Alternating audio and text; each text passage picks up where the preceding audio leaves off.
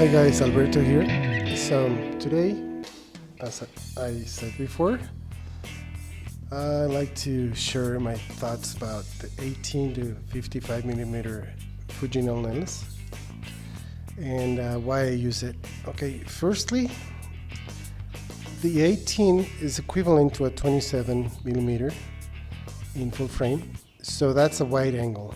Okay, wider than that, I don't use it in any of my work because it gets funky images and a lot of distortion.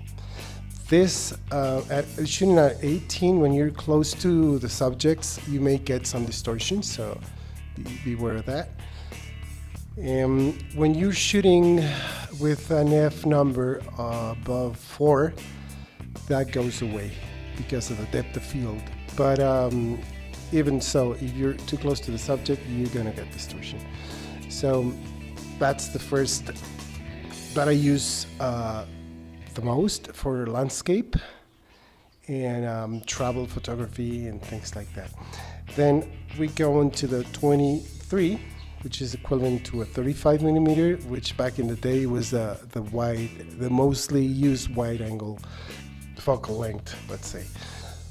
Then we have 35, which equals 50 in full frame, and that is it's called like that because it's called normal because it's supposed to be the closest to what our eyes can see. All right. Then we got the 35, which is an equivalent to an 85. The 55, yeah, is equivalent to 85, which is a short zoom, which is basically ideal for portraits or isolate certain subjects. I do tend to use both 35 or 55 for product shots, and that's why when I saw this lens for the first time about 10 years ago, I loved it because it has basically most of the focal lengths I use, aside of let's say a 200, which I tend to use a lot for fashion shows and things like that. But for most applications, this is a great zoom. The build quality is amazing. The optics are really, really excellent. When it came out, there wasn't anything like this in the market. So it's a very good lens. It's image stabilized. The optics, again, are very good. The results you get are very, very nice. So it is, as for me, it is very, very recommended. It's a highly recommended lens. A lot of people has very good reviews and options and opinions about it because it really is a good lens. It's lightweight, it's small, and I don't have to carry a bunch of primes to get very, very similar results. Aside, of course, of let's say dedicated lenses like the 56 for portraits, 1.2 and things like that.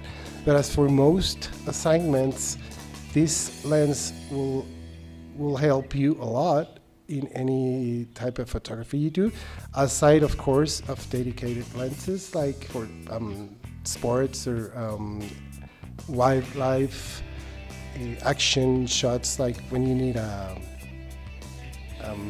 way longer lens like a 200, 400, 500, that's a different story.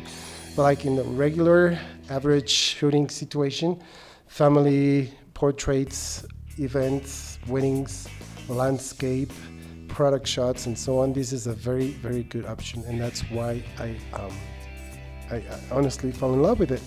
And the results, as you've seen in my previous videos, are amazing, so you can't go wrong with this one. That's why I use it, and that's those are my thoughts about it, because it's really worth it. The rings are very soft,